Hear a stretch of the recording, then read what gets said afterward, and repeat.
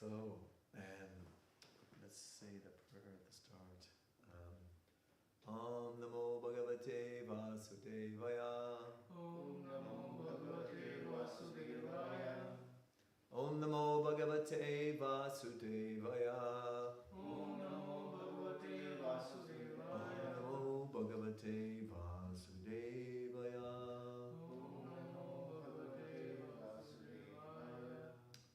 A reading from the Srimad Bhagavad Gita, and it's chapter 3, and we'll be reading from text 16 to 21, and to see how far we get. We start with text 16, and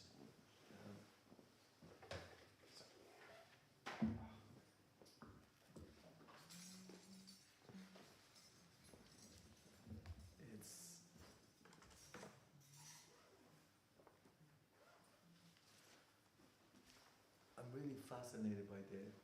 In this chapter, it talks about the word sacrifice a lot, and it has so many meanings of sacrifice. Sometimes sacrifice sounds very threatening. What are you sacrificing?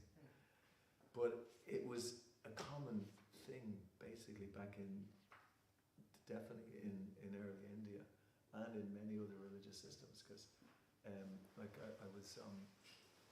I was at a funeral this morning, and the one of the things in the prayers was a sacrifice offered by this priest.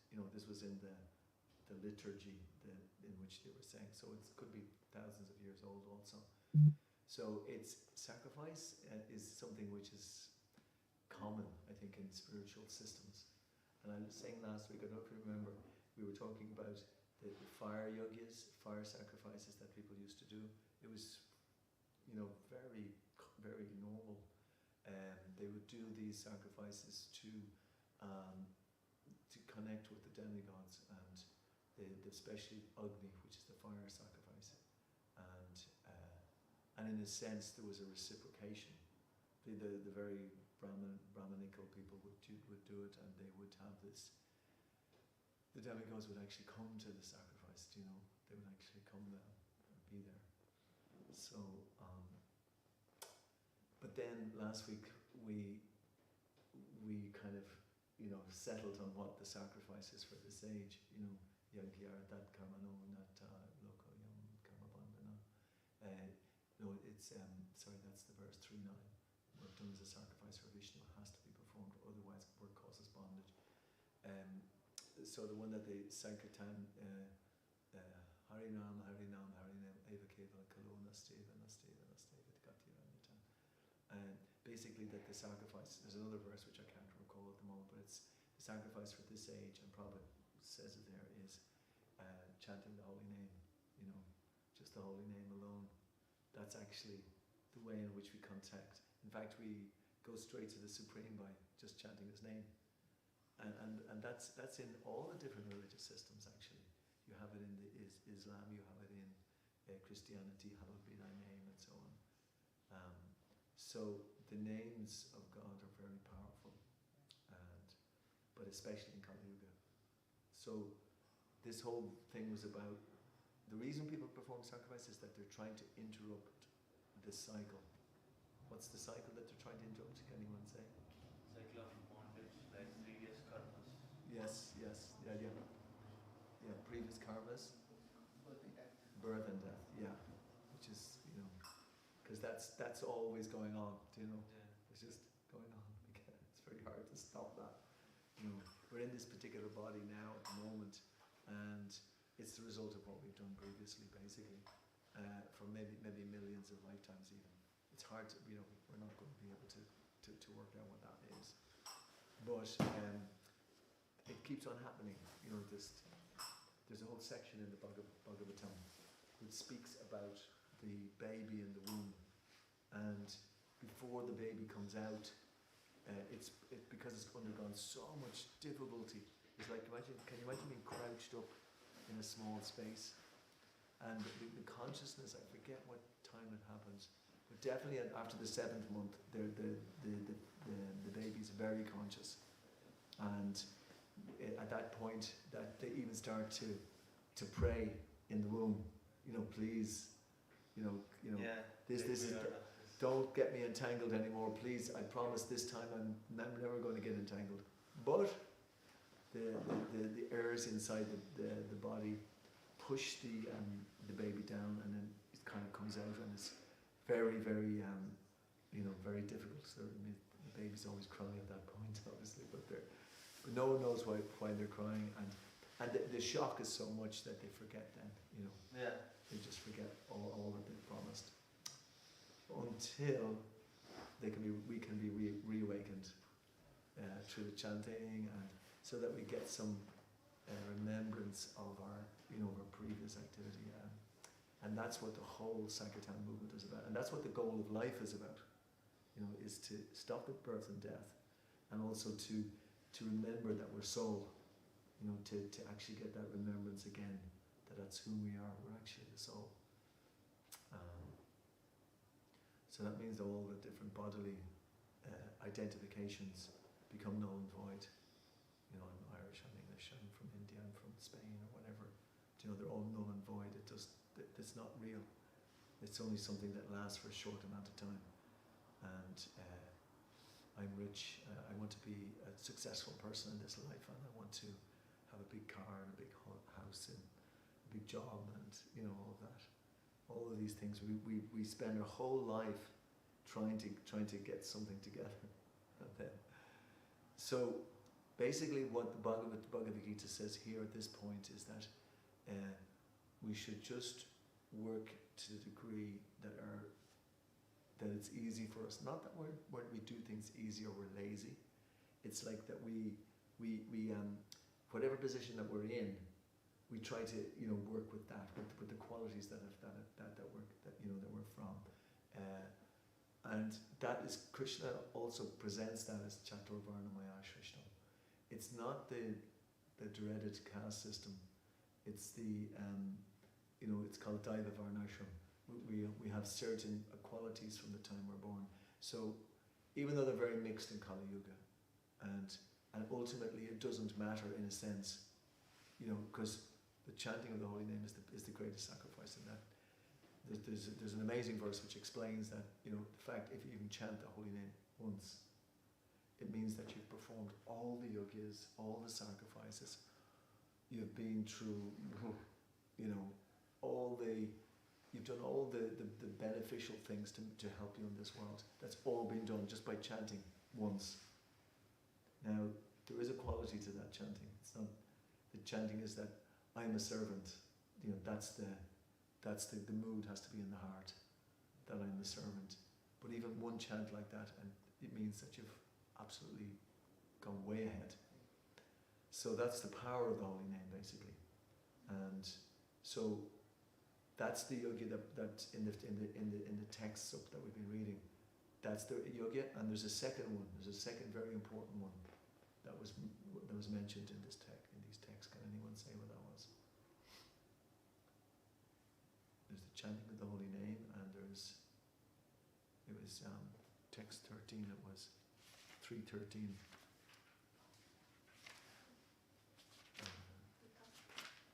Could you say it again?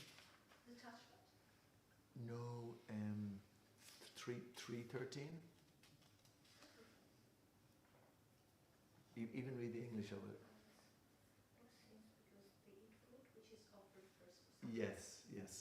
So that's the other very powerful one. It's quite simple, that we offer our food and that we eat food that has been offered.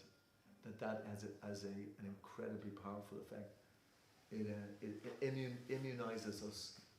It means that we stay. The chanting brings us to the platform of the soul. The eating prasadam also keeps us on the platform of the soul. And we don't, even when we're associating, we become kind of immunized against karma, because we were saying as well that everything affects us, all the associations that we have. So therefore we try to associate with people who are also vibrating on the same level, because they can also help us, and all the different stages of bhakti then comes into play. But mainly chanting, hearing, and taking prasadam, and then what happens then as well is that all the anarthas are removed, which are unwanted things which have been there for many lifetimes, the things which keep us here,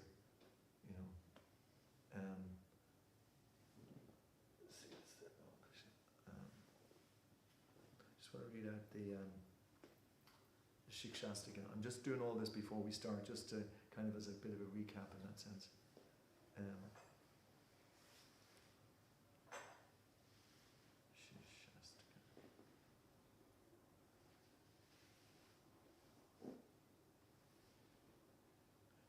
Shikshastika, sorry.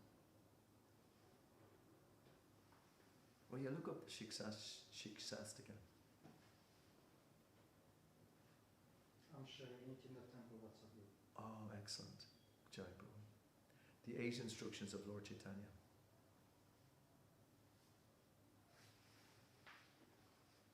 Jai. So, I'm going to go through these very quickly, because you could spend your lifetime on one if you wanted.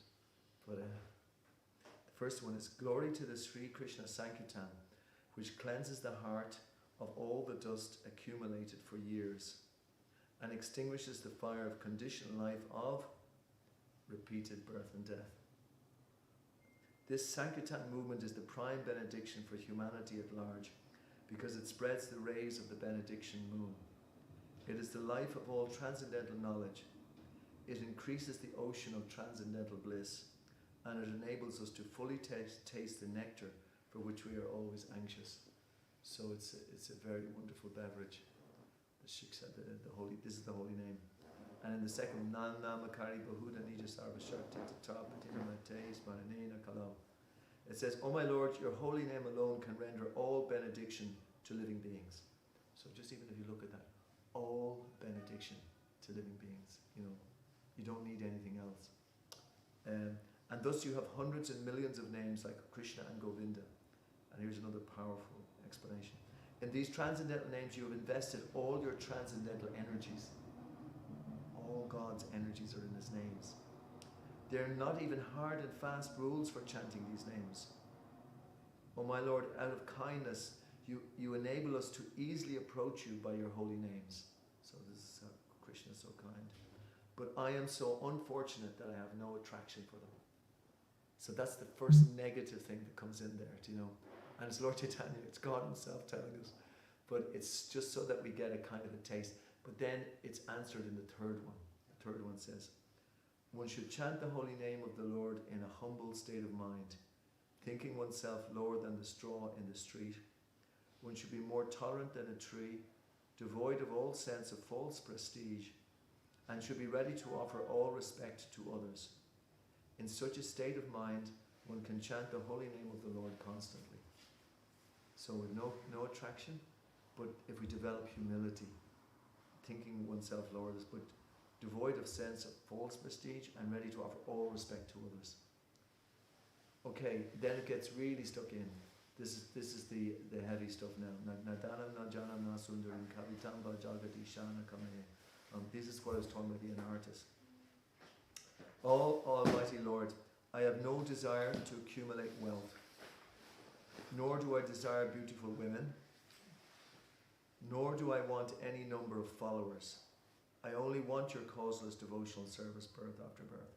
So Lord Chaitanya is giving us a hint why we don't have an attraction. Because deep, deep, deep down, everyone wants to win the lotto. We want some riches. It's there's riches for everybody. There's enough to go around, but it's this desire for it. That's the problem. That we want more than we have. And then that's beautiful women, beautiful men. It's that desire to have the wonderful partner that I've always wanted, but then because it's in the material world, it gets into the realm of you exploit the other person, you want this, and it becomes an exploitive relationship, because in the material world that's generally what happens. It's very difficult to have a spiritual relationship, but we learn how to have spiritual relationships when we learn how to love God. So therefore, that's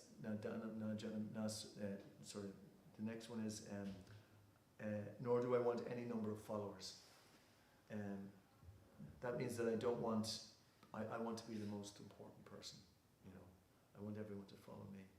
I've got the best ideas. Actually, the real truth is what I tell. And there's such a desire for that. Actually, we always want to be the last word. We may not admit it. We may even very artfully pretend that it's not us. But ultimately, these are just what I'm talking about. These are the deep down minorities in our heart. And the only real way that we can be rid of them is to serve God, So, the next 4 verses of the Shikshastakam are very powerful. And I might just do the 5th one. It says, O son of Maharaj Nanda, I am your eternal servitor. Yet somehow or other, I have fallen into the ocean of birth and death. Please pick me up from this ocean of death and place me as one of the atoms at your lotus feet. So, what's the good part about that is that is the mood that we need to develop. That we're crying out to Krishna, we're crying out to God. It's the humility, the rid of the anarthas, and then the absolute crying out. So these are the weapons that we have to chant the holy names. So there's that. The Shikshastika is very powerful for that. The next 3 are very advanced stages of spiritual life, and we can get into those in the next few sessions. But so there's the sacrifice that's recommended is chanting the holy name, taking prasadam, associating with devotees, living in a holy place, or coming to the holy places, and reading Srimad Bhagavatam and Bhagavad Gita. These are the things that we do to actually live properly in this world. It's a science, basically. So the whole idea of is that Prabhupada then, I'm going to read out verse number 16. That's 3:16. My dear Arjuna, one who does not follow in human life the cycle of sacrifice thus established by the Vedas certainly leads a life full of sin. Living only for the satisfaction of the senses, such a person lives in vain. And the purport by this Divine Grace, A.C. Bhaktivedanta Srila Prabhupada Ki Jai. The Mammonist philosophy of work very hard and enjoy sense gratification is condemned herein by the Lord. Therefore, for those who want to enjoy this material world, the above-mentioned cycle of performing yogyas is absolutely necessary. One who does not follow such regulations is living a very risky life, being condemned more and more. By nature's law, this human form of life is especially meant for self-realization, in either of 3 ways, namely karma yoga, jnana yoga, or bhakti yoga. There is no necessity of rigidly following the performance of the prescribed yogyas for the transcendentalists who are above vice and virtue. So, but those who are engaged in sense gratification require purification of the above-mentioned cycle of yoga performances. I just have to stop there because that's a very significant couple of sentences there that Prabhupada is saying, because this is the turnover point. We were talking about the yoga. It's generally meant for people who want to be happy in this world, but at the same time want to make some progress. But Prabhupada says here, but there is no necessity of rigidly following the performances of prescribed yogas for the transcendentalists, because that's which is the bhakti yogis, who are above vice and virtue. But then he goes back and says, but those who are engaged in sense gratification require purification. So we're in the material world because we want sense gratification. We're not at the stage initially that we can suddenly just want to serve God all the time, because we still want to serve our senses. So these type of yogis are important. So the yogis mainly of chanting and of taking prasadam or sanctified foodstuffs, they're vital. And those other activities which you mentioned here in Srimad Bhagavatam and so on. Okay. Those who are not Krishna conscious are certainly engaged in sensory consciousness. Therefore, they need to execute pious work. The yoga system is planned in such a way that sensory conscious persons may satisfy their desires without becoming entangled in the reaction of sense gratificatory work.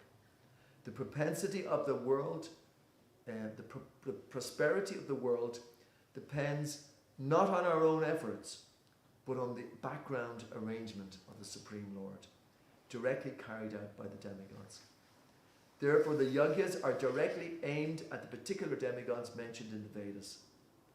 Indirectly, it is the practice of Krishna consciousness, because when one masters the performance of yagyas, one is sure to become Krishna conscious. But if by performing yagyas one does not become Krishna conscious, such principles are counted only as moral codes. One should not therefore limit his progress only to the point of moral codes, but should transcend them to attain Krishna consciousness. So the whole idea there was explaining different levels of performances people would perform, and in order to gradually become free of being acting in a selfish way just to satisfy the senses. So now, what does a person who doesn't do that look like? So this is the next verse, which is 17. But for one who takes pleasure in the self, whose human life is one of self-realization, and who is satisfied in the self only, fully satiated, for him there is no duty. So that's where we want to get to, so that we are interested in self-realization. We try to find out who the self is and how we can actually discover that self inside, internally, and be satisfied, happy, completely blissful, even in the midst of the greatest difficulties, because we get so many of them thrown upon us in this world. So many difficulties. Just after finishing one of my great hero spiritual writers, Riddhananda Maharaj's, he's writing an authentic version of the Mahabharata. He spends the first, it's in a book form, it's in a reading form, what do you call it? Kindle, I think it is. And it's, he basically explains the history of the Mahabharata and how it had, so much has been added and subtracted and upset. So, there is no real authentic version as such, but he's gone into it in massive detail. I remember even when my kids were growing up, which is 30 years ago nearly, and they would listen to his version, so he's been studying this for many, many years, and he's consulting all the great authorities in the Mahabharata, both academic and also from the tradition itself. And he's come up with this story. So I've just listened to the first 10 hours, and I didn't do any work this week because I was so absorbed in listening to this story, because it's an absolutely, I think I used to watch soaps, or at least my family used to watch the soaps on the TV, but like this is supreme one, because you get so enthralled by the amazing sacrifices that these people perform, and the culture that was there at the time, and he's investigated really very, very powerfully, and you're just moved, sometimes to tears when you see some of the characters in it, and sometimes it's just your breath is taken away, and he's only speaking, but the whole history of the Mahabharata is incredible. So it's 4 generations before this, the Bhagavad Gita, Arjuna. He goes back to Satyavati, and to Vasu, and to Shantanu, so it's an incredible, just by even, if anyone was able to make this into a feature film, a blockbuster film, I'm sure it would be unbelievable, But it was incredible. But yeah, so how did I get on? I'm not sure how I got onto that. I just wanted to mention it anyway. Yeah, well, anyway, and to the next verse, 17, for one who takes shelter in the self. It's about self-realization, basically, and by hearing. Okay, I'll go into the purport here. It's in text 17. A person who is fully Krishna conscious and is fully satiated by his acts in Krishna consciousness no longer has any duty to perform. Due to his being Krishna conscious, all impiety within is instantly cleansed. An effect of many, many thousands of yoga performances. By such clearing of consciousness, one becomes fully confident of his eternal position in relationship to the Supreme. His duty thus becomes self-illuminated by the grace of the Lord, and therefore he no longer has any obligations to the Vedic injunctions. Such a Krishna-conscious person is no longer interested in material activities and no longer takes pleasure in material arrangements like wine, women, and similar infatuations. So that's Prabhupada's kind of description. It's quite interesting. So basically what we're trying to get at here is a complete absorption. Absorption in spirituality, absorption in the mood that we're a servant of God. That's really what it is. So that even if we're doing many other things, even if we're, whatever occupation we're in. I was talking to one person today who does kitchens, or he's a kitchen designer, or I was talking to another person who's a chief executive in a bank or whatever. They all have their different activities. But whatever activity it is, you can still be absorbed even while you're doing that as a service to Krishna. It's just a matter of practice, of learning how to do it.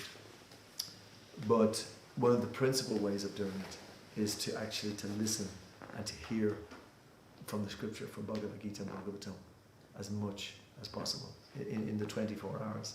It's almost like a little bit of a combat, actually. You try to put as much spiritual life in as you can, and that you try to focus your day by having the most important thing, which is the chanting of the holy name, which is the chanting of japa. And that you structure your day around those things. And that's why mostly in spiritual life, people, they get up early and they make sure they get that in first. Because it's the best time of the day to do that. And it's also the time when you can meditate and you can actually become absorbed, basically. And that will actually do you for the rest of the day. It will keep you kind of not being hit by so many different things which can knock you off track. And it prevents you from actually performing karmic activities, which are going to kind of come back on you anyway, either today, tomorrow, next lifetime, whatever. So you're actually you're ready, you're vigilant. But it is a real feeling of satisfaction. That's what Krishna is saying here. He who is happy within, was it? He who takes pleasure in the self. It's an internal thing. It's not, and like generally people are saying you have to be happy. The only way you can be happy if you have a big car outside the door, a nice big Mercedes. After the class, I'm going home with my Mercedes or something. I'm not saying anything wrong with Mercedes, but anyway, you know what I'm saying. And then I'll be happy to my big house and whatever. But those things actually don't make you happy, really. And the pursuit of those things is that you spend hours and hours and days, and gradually your whole time is spent. Even people who are multi-millionaires, billionaires, they're using all their time trying to maintain, if I just do this next deal, oh yeah, this is the latest, if I do this next thing, oh just this next thing, okay, I'll invest in another company. You think that they've already got millions, so that's all they wanted, but no, they can't do it. It's a kind of a lifestyle, because they're controlled. They're not controlling the situation. They're being controlled by the modes of material nature. And so this happiness within is actually by being able to be satisfied and not be under the modes of material nature. That's what it is. You know, the modes are not dictating to us. We're in control of the mind and control of the senses. And to the degree that we're in control of the mind and the senses, to that degree we're happy. And usually it is then that we're Krishna is controlling us then. You know, it's Rishikena, Rishikesha, Sevanam Bhakta, Uttama. Is that Krishna is the controller of the senses. So we're praying that Krishna will control our senses, that we will only use our senses to serve Krishna. And that's the whole transformation that we're trying to achieve. But that's what spiritual life is about. That's what it says. If we can do that, we will be successful in this life. You know, very successful. Okay, I want to get on to the next verse, which is, again, it's this 18, chapter 3, verse 18. A self-realized man has no purpose to fulfill in the discharge of his prescribed duties, nor has he any reason not to perform such work, nor has he any need to depend on any other living entity. Purport. A self-realized man is no longer obliged to perform any prescribed duty save and except activities in Krishna consciousness. Krishna consciousness is not inactivity either, as will be explained in the following verses. A Krishna conscious man does not take shelter of any person, man or demigod. Whatever he does in Krishna consciousness is sufficient in the discharge of his obligation. Okay, that's verse 18. I just want to ask a question. Why would you think a person then, he's not taking shelter of a man, a demigod or any other person? How is he satisfied then? Is he just... How can he be satisfied if there's no one else involved? He's satisfied because he believes that whatever he's doing is his own duty. And once he's having the satisfaction that I'm performing my duty without anything back of his mind that what the result is going to be. And once a performer knows that what the direction which he has to walk upon, he doesn't have to be subjected to any kind of external force which makes him do something. So that is why he's satisfied. Yeah, that's definitely there. That's very good. There's one other reason that he's satisfied though. There is one other reason why. Because he is to whatever he is doing for Krishna. He is not doing for sense gratification. So yeah. And if whatever he is getting from the source, it is Krishna of all demigods and everything. Yeah. So that's why he does not think about it. Yeah, there's that aspect is there. And in fact, we'll see a little bit later on. Where Prabhupada even really stresses that point but I would even go on to say that because he knows Krishna, you know, he's not just, you see, sometimes we kind of get absorbed in just it's us and our duty and what we should do and so on, but it's actually because he's conscious of Krishna, and we call this Krishna consciousness, that he knows why he's doing it. Like I was saying about Rishikena, that Krishna then controls his senses to desire only Krishna. But that's a very elevated stage. But so that's why that feeling of that satisfaction is there, because he's that contact, and that's why the whole thing is about love of God. You know, that's that. Anyway, I'm going to explain it a little bit more again in the next verse. Let's just get on to that. That is 3:19. Therefore, without being attached to the fruits of activities, one should act as a matter of duty. For by working without attachment, one attains the supreme. Yeah, it's kind of it's all there. It's purport. The Supreme is the personality of Godhead for the devotees and liberation for the impersonalist. Whoa, this is a big one now. A person therefore acting for Krishna or in Krishna consciousness under proper guidance and without attachment to the result of the work is certainly making progress toward the supreme goal of life. Arjuna is told that he should fight in the battle of Kurukshetra for the interest of Krishna because Krishna wanted him to fight. To be a good man or a non-violent man is a personal attachment. But to act on behalf of the Supreme is to act without attachment for the result. That is perfect action of the highest degree recommended by the Supreme Personality of Godhead, Sri Krishna. Vedic rituals, this is what we were talking about earlier, the prescribed sacrifices are performed for purification of impious activities that were performed in the field of sense gratification. But action in Krishna consciousness is transcendental to the reactions of good or evil work. A Krishna conscious person has no attachment for the result but acts on behalf of Krishna alone. He engages in all kinds of activities but is completely non-attached. So that's the point we keep on making now all the time in the last while, that Bhakti Yoga is, in that sense it's the highest form because it's done with love. And because when you're doing something with love, there has to be somebody to love. So what I was saying about earlier, that the person is, what was he saying? He does not take shelter of any person, any man or any demigod, but he takes shelter of Krishna because he knows Krishna, and that's what Krishna consciousness is about. Just getting to know Krishna, and all the different practices Krishna is going to explain here in Bhagavad Gita. He's just giving us all this knowledge, but in the end of it, he says 1866, give up all varieties of religion and just surrender unto me. Yeah.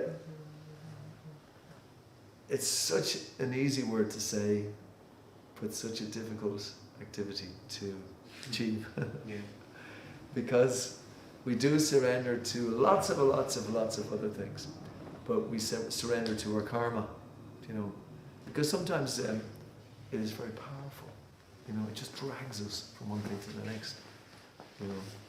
But that helps our humility, and it makes us depend on Krishna more, and it brings out what we talked about in that 5th verse of Shikshashtaka. O Ainanda Tanuja Kinkaram, I am a tiny, tiny soul. Please pick me up from this ocean. It's like an ocean of material suffering, and place me as one of the atoms at your lotus feet, like an atom. Akash Babu was here on Sunday, and he asked a really good question about, why did we leave the spiritual world in the first place? But the answer, one of the answers is that, of course, because we're tiny, tiny, tiny. We're not, we're not the Supreme. That is our nature. Whereas the nature of the Supreme is that He is controlling the material world. But because we're marginal energy, we're marginal, so we can be covered by the material, which is Krishna's, material energy. So if we can realize that we're in that tiny stage, and we're praying for help, then Krishna will hear that one. So he's crying. Okay, yes. But if we're kind of half crying, can you get me this, Krishna? I want this, Krishna. And can you get me this? And I want this, and I want, he hears that all the time. Says, go somewhere else. Or he can give it to some degree, but he's not so enamored by that. So this whole Krishna's coming and telling us how we should act and what we should be thinking, how we should be feeling. What does it look like? How does he sit? How does he walk? That's one of the verses that Arjuna asks Krishna. By what is one, or how does one recognize a person in Krishna consciousness? So Krishna is giving all of this, and so here we go again. Text number 20. Karmanaiva hi sangsidim ashchita janakakshadakataya loko sangraham evapi sampasyam kartamarhasi Kings such as Janaka attain perfection solely by performance of prescribed duties. Therefore, just for the sake of educating the people in general, you should perform your work. And this is a very interesting point. Kings like Janaka were all self-realized souls. Consequently, they had no obligation to perform the prescribed duties in the Vedas. Nonetheless, they performed all prescribed activities just to set examples for the people in general. Janaka was the father of Sita and father-in-law of Lord Sri Ram. Being a great devotee of the Lord, he was transcendentally situated. But he was the king of Mithila, which is a province, a subdivision of Bihar province in India. He had to teach his subjects how to perform prescribed duties. Lord Krishna and Arjuna, the Lord's eternal friend, had no need to fight in the battle of Kurukshetra, but they fought to teach people in general that violence is also necessary in a situation where good arguments fail. I'll repeat that again. That violence is also necessary in a situation where good arguments fail. I'll repeat it for a third time. Violence is also necessary in a situation where good arguments fail. It's going to be controversial. That's true. Yeah. That's true. It can still, that sentence can still be misused. Yeah. Depends on the person. Yeah, absolutely. I'll tell you why. Did anyone here ever hear of a group of people called the IRA? Yes, I heard. Yes? Yeah. We had a devotee who joined, who was a member of the IRA. He was way up there in the IRA. But in prison he got a Bhagavad Gita, and his brother also started to practice spiritual life. And he absorbed all of Krishna consciousness, and he became the temple president in Dublin here. And he opened a temple, he opened a restaurant. So it shows how powerful, Krishna consciousness is. And he always commented on that later. But he remembers the IRA found that statement in the Bhagavad Gita, and they used that statement for their campaign. Now, I'm not going to get into any political things here. I don't actually. It's all about the person who uses in there.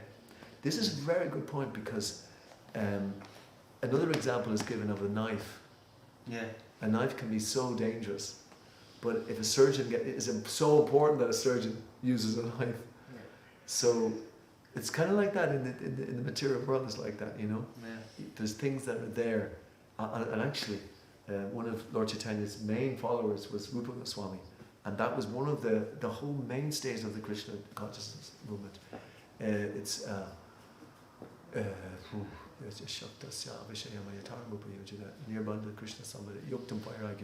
It means using everything in the service of the Supreme.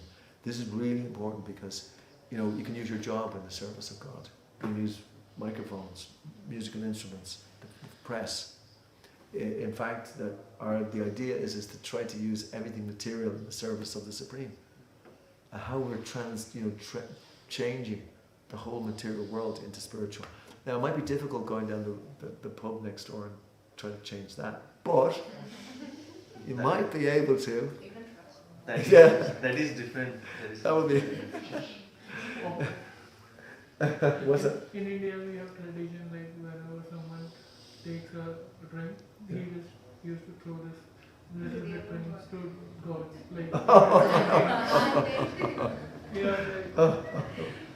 Offering to God. Oh God. Yes. Oh God. The way I was thinking of it is if you drop a book in maybe with all the people or something, or asked him to give a donation for the temple or something like that too. That was the way I was thinking of it, but that's a new one anyway. But but that's the whole idea. Or that we can get them to drink, instead of going to the pub, they can come to Govinda's and have a lassi, or a nice cup of herbal tea or whatever. That would be another way. The drinking propensity. Or dancing and chanting, because you become ecstatic when you're dancing. You don't need to take intoxication. So I stopped at that one just for that reason. Before the Battle of Kurukshetra, every effort was made to avoid the war. That's really important for people to understand that. So what? Your religion is based on a war. It's violence. You know, God is telling them to be violent. You know, people find it hard to get that. But this has to also be there as a qualification. So, for such a right cause, there is a necessity for fighting. Yeah. The other party was determined to fight, so for such a right cause, there is necessity for fighting. Although one who is situated in Krishna consciousness may not have any interest in the world, he still works to teach the public how to live and how to act. Experienced persons in Krishna consciousness can act in such a way that others will follow. And this is explained in the following verse. So, the bottom line of the class is that you become Krishna conscious and you still perform your duty anyway, because the duties that are there can gradually elevate people and that they will gradually come directly to Krishna consciousness. So, the next verse is on that too. Is there any questions, any comments, anyone wants to add anything, ask anything? I have this question. So, as Lord says, we should perform our duties in this life, so that, like, as they say, it's necessary for a living being that will help other living beings like that. So we should not avoid that duty, right? Or like some people, they take it as an excuse and they'll take sannyas. Do you say, is it good or bad? It's funny, the thing is that in Krishna consciousness, a person can be a householder and still be with the sannyas mentality, whereas a person can dress or change the dress as a sannyas but have a material mentality. Yeah, so that's very important actually. That it's, you know, that's why it's a gradual process as well, like, you know, and that people shouldn't just try to jump to that stage. Usually if somebody's doing that, you can pretty much rest assured that they're not. Because of what I have observed, like what I have understand in the history is that a lot of like people, like in India we have like wars. Yeah. A lot of religious wars and all. Oh yeah. And they always target on the weak people and they try to destroy them. Mm-hmm. That's a thing. It's literally like shaken me for so long, because like why these kind of things are happening, because the strong people like who are like influential and all, they try to target on the persons who hold the bhakti towards the Lord, and they torture and I didn't know, I wasn't aware. I mean, but that's not kind of proper spirit, you know, religion or whatever. It's just the human mentality coming about. Na danam, na janam, na sundarim, you know. That's why, as I like, that's my reference is that the violence is necessary. Yes. Yeah. To do good. That's it. To protect. Yeah, protect. Yeah. Because I think that's what the word kshatriya means. Someone who protects from harm. Yeah, that's the thing. You know, yeah. That's why Lord says like you have to do your duty. Yeah. But you have to be connected to God. You know. Yeah, that's the thing. That is the. Yeah. There's a lot of people say that you just, you know, in that sense just to do your duty, but that doesn't help unless you're doing it with the intention of pleasing God. That's why I just believe like Arjuna, like it applies to every situation in our lives also, like what Krishna says to Arjuna, that you should do your duty. For me, you know, it's the Krishna that's always there. He's doing what Krishna is asking him to do, and so sometimes it's a little tricky to find out, are we doing the right thing in this world, and that's why we have spiritual guides there. But one of the things which is important here is that, and this is what Krishna is saying, this is that and I kind of keep repeating it, but it's important that you have a connection with God, because that will make you actually happy. You know, it will make you content, you will not need anything more. And it doesn't matter what activity that you're in or what particular activity it is. Once you've made your, people also call it made your peace with God or something, but you feel that peacefulness inside, and therefore that's coming from Krishna's pleased with you, because we're part of God in that sense. We're not God, but we're part of God. Yeah. See, that's another thing. People will sometimes they misunderstand religion for liberation. And liberation is that a feeling that people have that there are, that they're that they don't have to suffer anymore.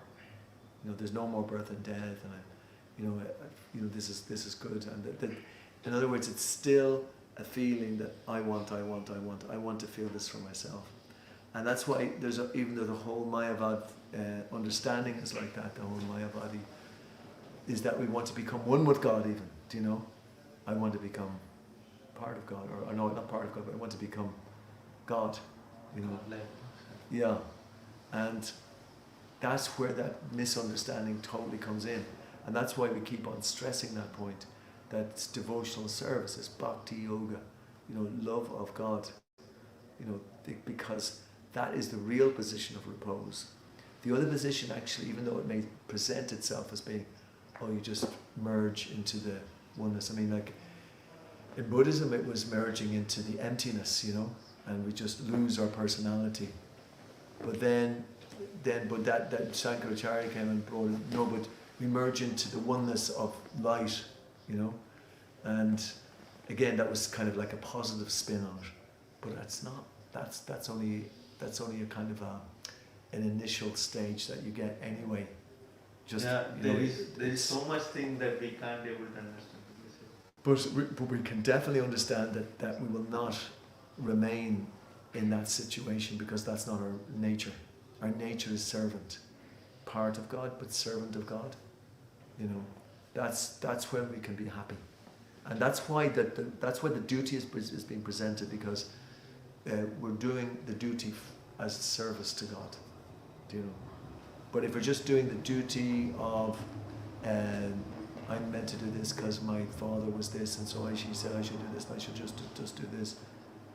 No, that's not going to work.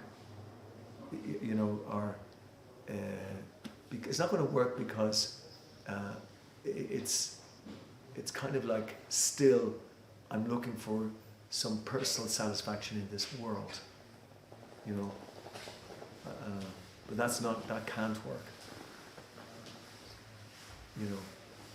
It just can't, because you can't be happy in this world just doing your duty. You can't be happy. Because it's in relation to the world. But if you're doing your duty as a service to God, then it becomes a sanctified spiritual activity, and it becomes spiritualized. Your duty then is spiritualized, So it's like balance? It's to do with consciousness. It's the consciousness in which you do things in. Two people might be doing exactly the same activity, but one of them is performing devotional service and the other is doing it for some other reason, for personal satisfaction. So it's just like the two people you mentioned earlier. This depends on the person. It's very good comments. But then I think in that case, if you look at the happiness aspect, the person who's always doing something in the name of service of God is actually the person who faces a lot of obstacles. Actually the person who faces a lot of obstacles. And the person who's not in the service of God and he's just performing his duty, he's more happy. He's more happy. He's living his life the way he wants to. The person who is like, I believe in God and doing everything for God's sake, he's facing multiple obstacles. It's never ending battle kind of situation. Wherein he again comes back to God and says, oh God, what is this? I'm doing everything in your name and I'm facing and your man over there is not, and he's because God wants to end all of your karmic activities in this life only. He don't want you to take another life to face all these situations. So it might look like it is like hard for me, too much hard for me, but in reality it is a bit softer. Whatever karmas I have done in this life, and whatever prarabdha I have did in my previous life. If I have to neutralize it, Yeah. it will take lives. Oh. But what Krishna is doing, it is just he is just giving a little bit pain to us in this life only, so that it ends in this life and we cannot take birth. So this happened. Maybe Prabhuji can. Oh yeah, definitely. But we know it, but sometimes we forget. Somebody, the person is sorry, the person in that situation, they say the same thing again. What did I do past in my past things? I did it, so that I'm facing difficulties here. They connected again, so that continually happens. Yeah. To be honest, like Arjuna was also put in a very difficult situation and he had to fight his own brothers. And I think like Krishna was there with him all the time. And it's always said like God gives challenges to his people only when he knows that they'll be able to fight it. Yeah. But then I think we live in a place where it is like, this is Kali Yuga, as Krishna itself says, it's the Kali Yuga, right? So usually he gives the battles, but I don't think there is, at least previous people had motivation, inner motivation, that something is happening for going to be good. But I don't know how that motivation we should keep it constant, though in name of God, how to keep that motivation, keep driving us, and please get up, fight again. Maybe some better days waiting for us. Is it basically like... It's there's so much that energy that you get, especially, see, that's why sadhana bhakti is so important, that you perform sadhana, because we're not spontaneously on the platform that we can just take whatever comes and just go on, and we get kind of buffered about and knocked back and whatever. But if we keep on having our sadhana in there, Krishna then keeps appearing to us all the time in our sadhana, in the morning time, and he gives us the strength to see it again as just a test. Oh, that's a test. I see Krishna, and I don't, of course, the natural thing, or not the natural, the unnatural thing, but it seems natural, is to blame Krishna. Why did you do this, God? Why me? But I mean, we all go through that at different times. But if our sadhana is strong, then we will always come out again, come up fighting, like, we'll come back again. And so that's the, Prabhupada talks about enthusiastic, it's one of the real qualities. We have to be enthusiastic to perform spiritual life. It's like so important, that quality. I mean, the materialists are kind of enthusiastic for material life, and so they build this big skyscrapers or this or that or whatever, But the devotee is trying to go to the spiritual world, which is even much more difficult than building a skyscraper, And so Krishna said he wants to see how much we really want to, because so many times we've said in the past that, yeah, Krishna, I want to go to you. In fact, we may do it every time we come out of the womb, just before we leave the womb. That's in Bhagavatam says that actually. That the living entity prays, oh, I will not forget you this time, It's when it's in the human form, that is. But every time, So he wants to make sure that we really need that great power to do that, to leave this birth and death. Because it's just like it's the material energy. This divine energy of mine is very difficult to overcome. But one who surrenders unto me can easily cross beyond it. Like if you surrender as well, you get all the answers come to you. Yeah, very true. Yeah, and then when you also, just by discussing, the Bhagavatam speaks. Krishna speaks when the people are discussing Bhagavatam. That's why we should be doing that as much as we can, because then we have more opportunities to see what Krishna is saying. Because like Vedavyas wrote the Bhagavatam initially, he compiled it, but Krishna, it's Krishna's incarnation. Like that's he left the Bhagavatam after he left the world basically, but he wants to always come back again, because he hasn't left in that sense. So it's the sound incarnation of God. So the more we discuss it, the more we're associating with God. So as you're saying, the more energy we get as well. And I want just one more thing. I think he said about the karma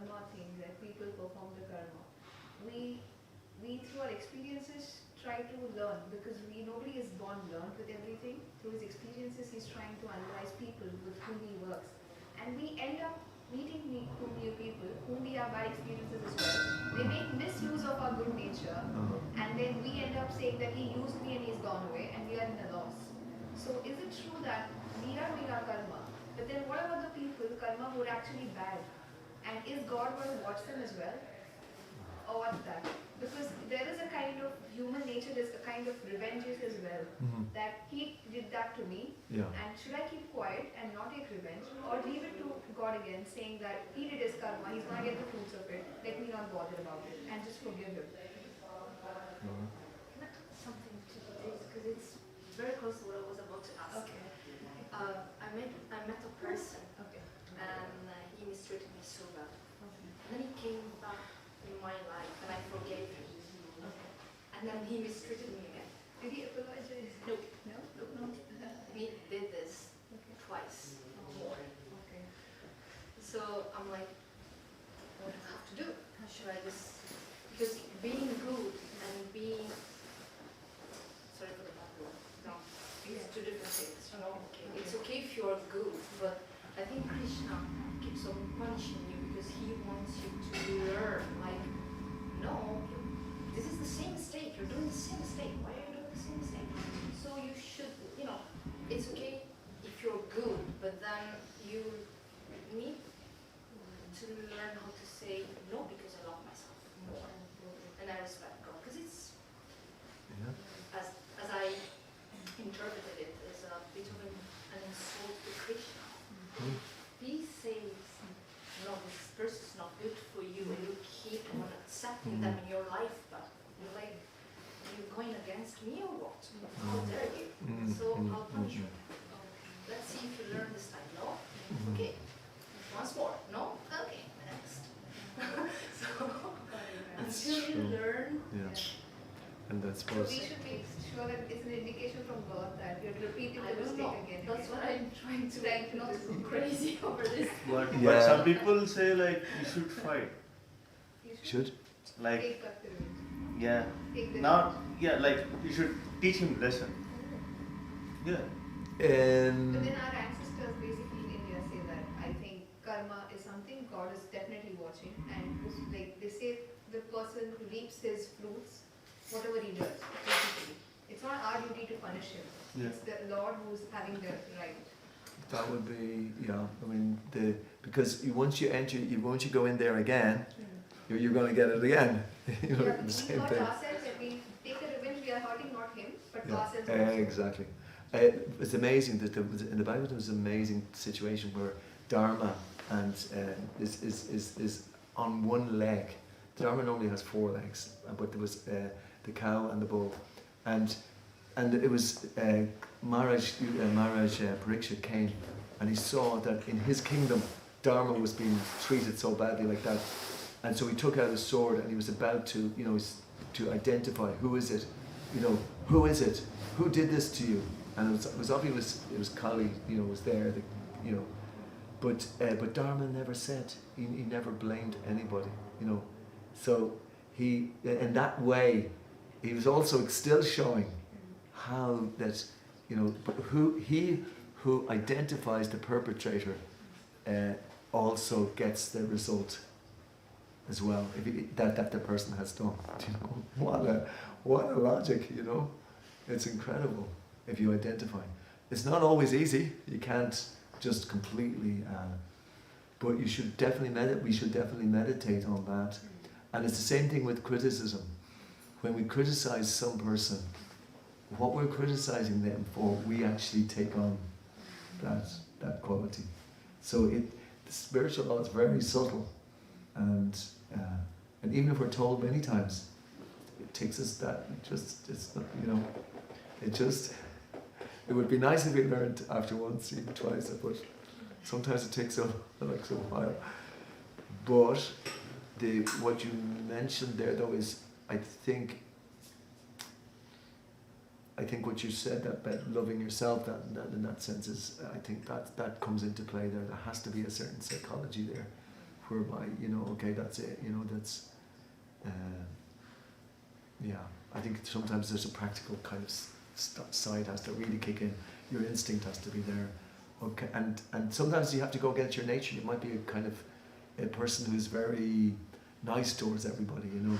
But at the end, another example was Narada Muni. One time a snake became a disciple of Narada Muni, you know. And it was amazing. The snake became a disciple. Wow, he's such a wonderful. But then what happened was that the kids all saw that the snake's no problem anymore. They started beating the snake. And the snake didn't know what to do because he had just become a devotee and he didn't want to act like that any further. So he went to Narada Muni and asked him, so what should I do? Like, I mean, I've surrendered unto you now and I want to lead a good life, but now these people are just beating me. What should I do?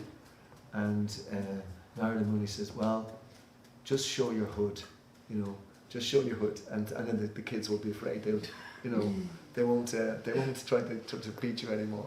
So, so that was a kind of a practical side that you have to kind of use as well. So kind of along the lines of what you're talking about. War sometimes is Pardon? necessary. War sometimes is necessary. Yeah, I think you have to stand up for yourself. I think that's what you're saying as well. Yeah. You know, you just don't kind of just roll over because somebody is in a certain, and that does take a certain amount. But I think it has to come from a very deep place. That, you know, that's why we study the philosophy, that eventually we'll know that we're unaffected by happiness or distress, fame or infamy, honor or dishonor. In other words, we won't feel that need from another person. You could even say that, you know, like in other words, to kind of solve the problem on a more macro level, you know, and the ultimate level is loving God, because when you love God, you also, you know, you'll love people who love God, and you know, like that, and people will also act properly as such. I have one question. I'm gonna have to take a last question because we're into the Kirtan. Yeah, no, go ahead. Last question, it is related to this. Okay. Like sometimes, what Yeah. happens, if someone did wrong to me, Yeah. I know he did wrong to me, Yeah. in my perspective. Yeah. But he has different situation. Overall, this person is good in his life. That's very good as well. Yeah. But he has some situation he needs to do with me. Mm-hmm. Even though I am whatever I am, like I am also a devotee or something like that. And it hurts me. So in this situation, what is this like? Like he is a good person, he or she is a good person. Yes. But the situation, in this situation, that Yes. they are bad to me. No. Yeah. Yeah. And same way, like I didn't did anything wrong with anyone. Yeah. And Yeah. ultimately it Yeah. goes wrong with. Yeah. I would say actually that we may assume there's a couple of different ways of looking at it, but we may assume that person. It's good that you recognise that they're a good person as well, you know, and we may just not be. We have to enter into their way of thinking at the time when they acted not very well towards us. So it could well be something that's their own problem, you know.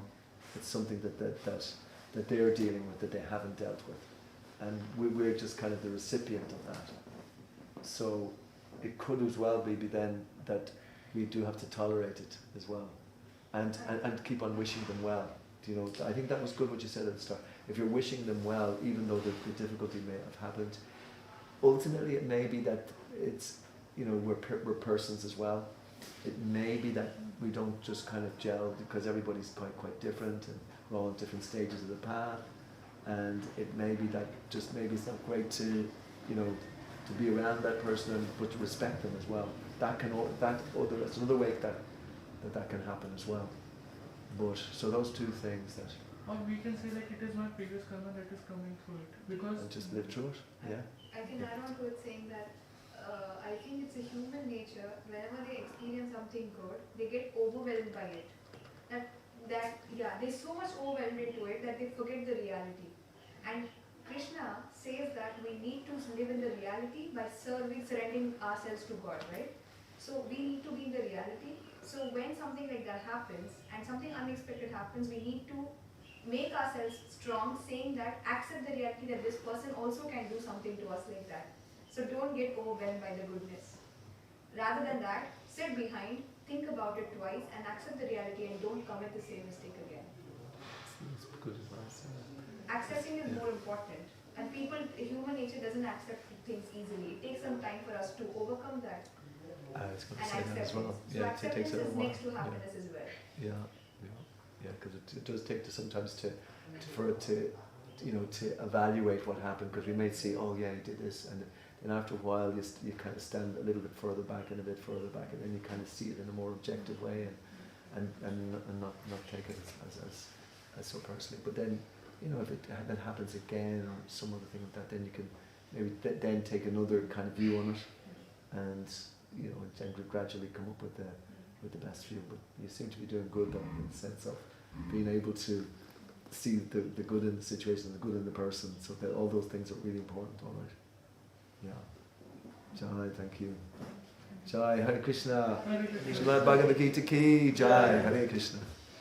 So just have some kirtan. Okay. Could you put that on the chair? Yeah, that one there, that's good. Yes, Kirtan now. Yes, Kirtan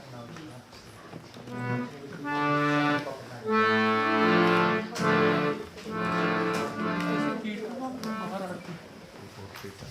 Just a kirtan, yeah.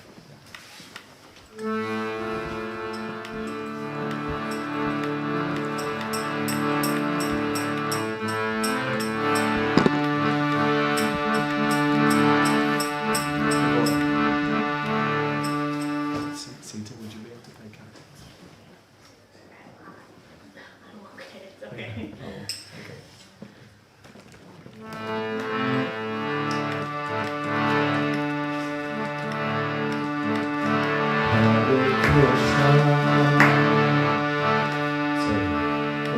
Vishnu Padaya Krishna Prasthaya Bhutaya Srimati Bhaktivedanta Swami Nityanamane Namaste Saraswati Devi Gauravani Pachayani Nirvishesha Sandhyavadi Vastajaya Deshataya Jai Shri Krishna Chaitanya Prabhu Nityananda Shri Advaita Gadadhara Shri Vasadi Gaura Bhaktivinoda Hare Krishna Hare Krishna, Krishna Krishna, Hare Hare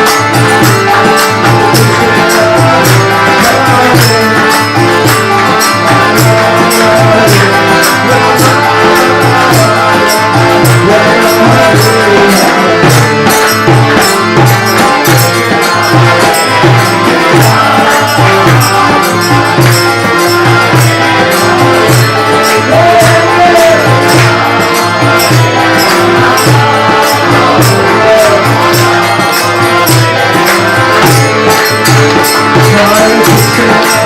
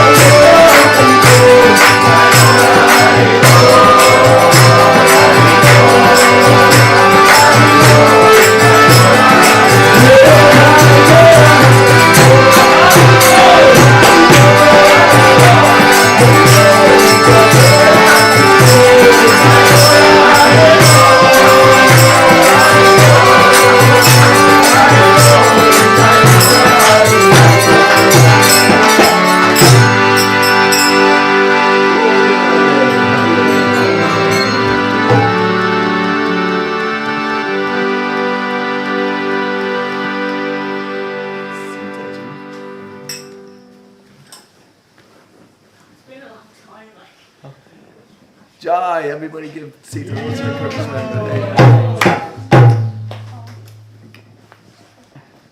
Sorry for throwing in the deep end.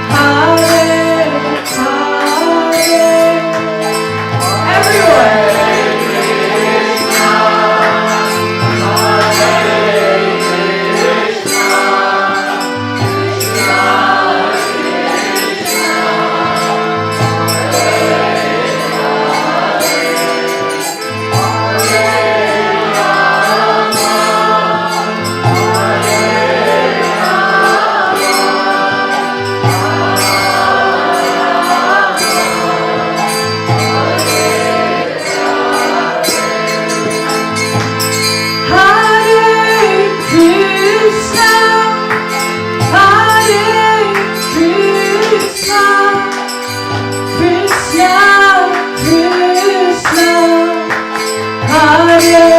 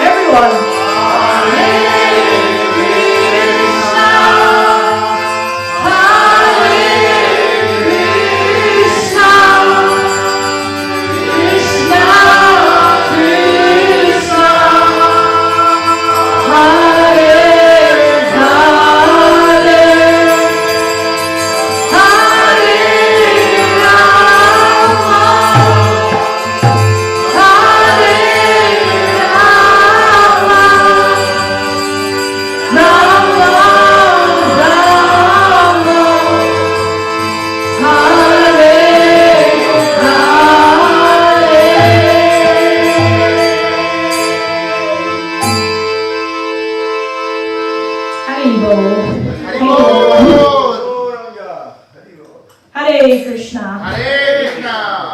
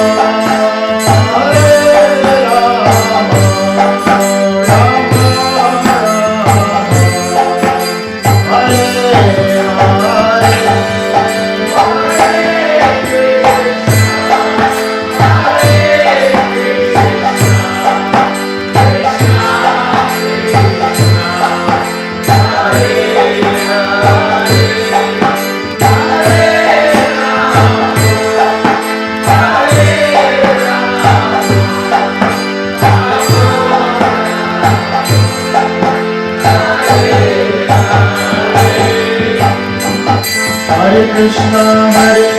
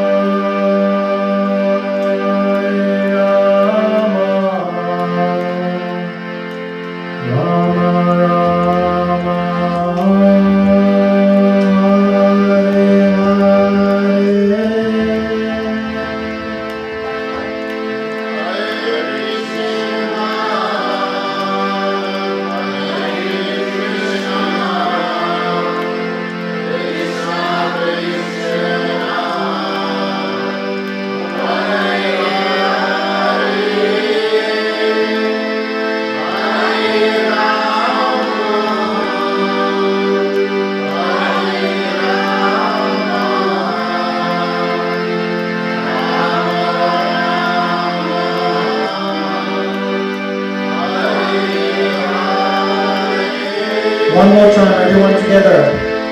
Hare Krishna, Hare Krishna, Krishna Krishna, Hare Hare, Hare Rama, Hare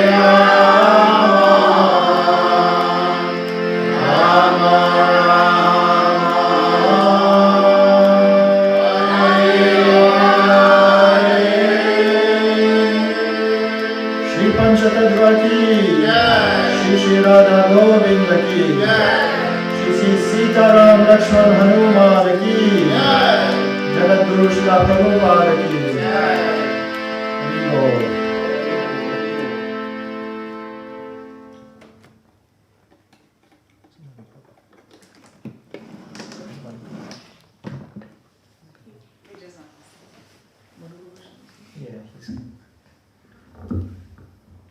So I think Manu Prabhu will come back and we'll have a dancing kirtan to finish with. On the way. in the meantime, can I do some of Yeah.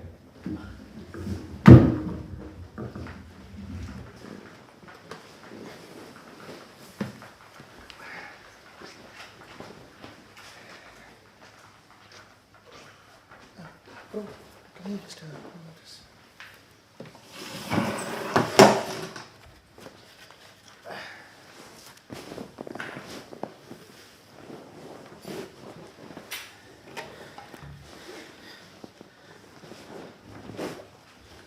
Hare Krishna.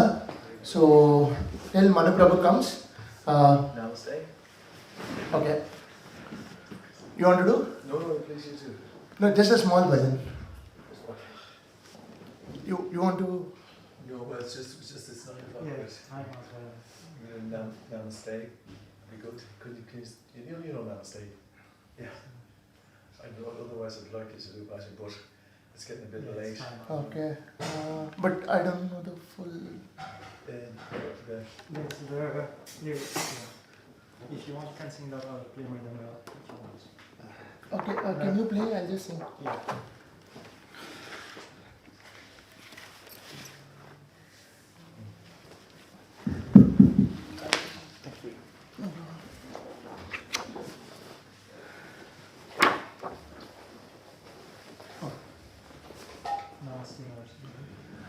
Namaste Narasimhaya.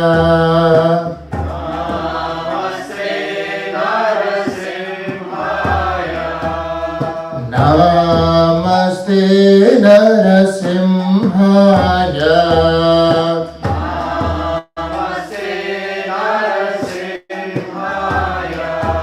Praladana Dadaine.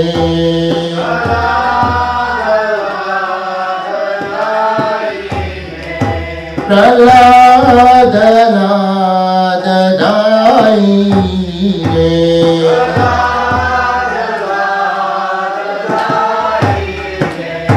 Hiranyakashipu पूर्वक्षः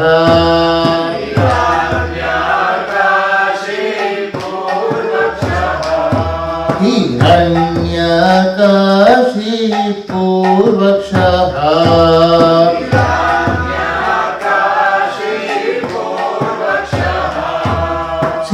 शीलातङ्का नखाराये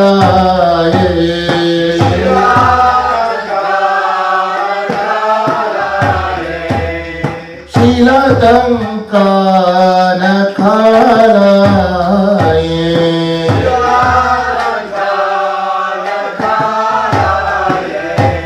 इतो नरसिंहा परतो नरसिंहा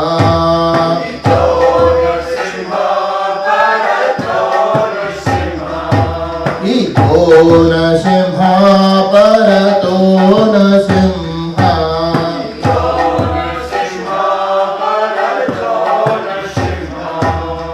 यतो यतो यामि ततो नरसिंहा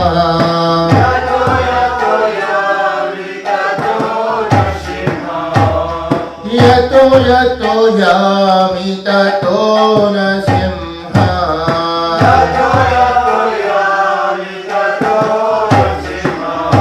हरे नरसिंहा हृदये नरसिंहा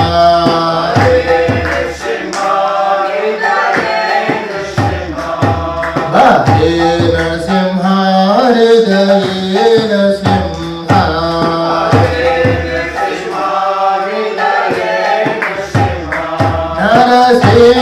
नरसिंहमदीं शरणं प्रपद्ये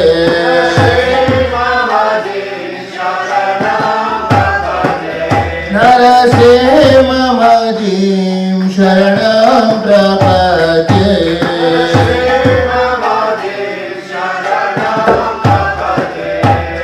तव करकमलवरे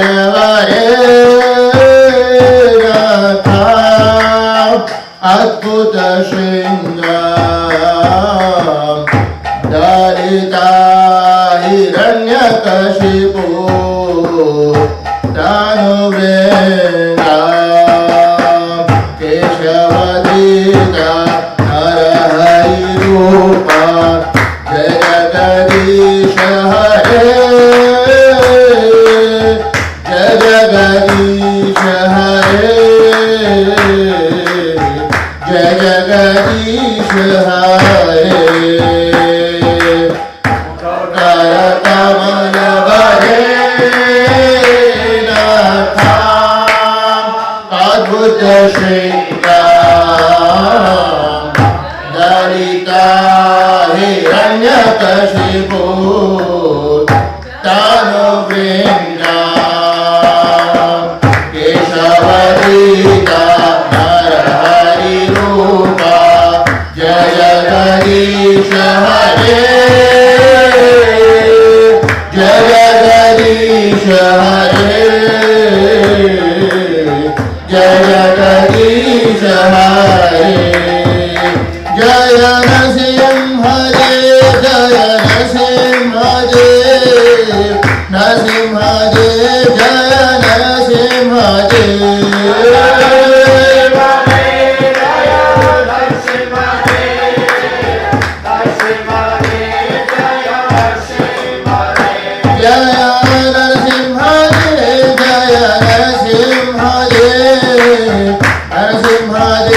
जय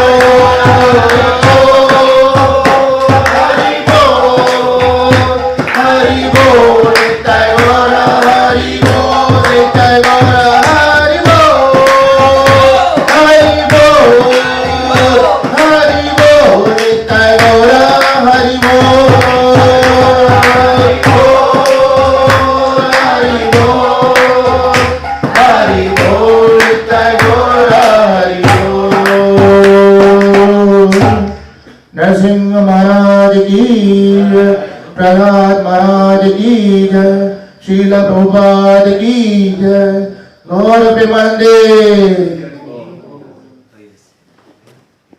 Jai, Hari Bol. So we have a little nectar drink, but we're just waiting on some cups, and so that we want to wait around.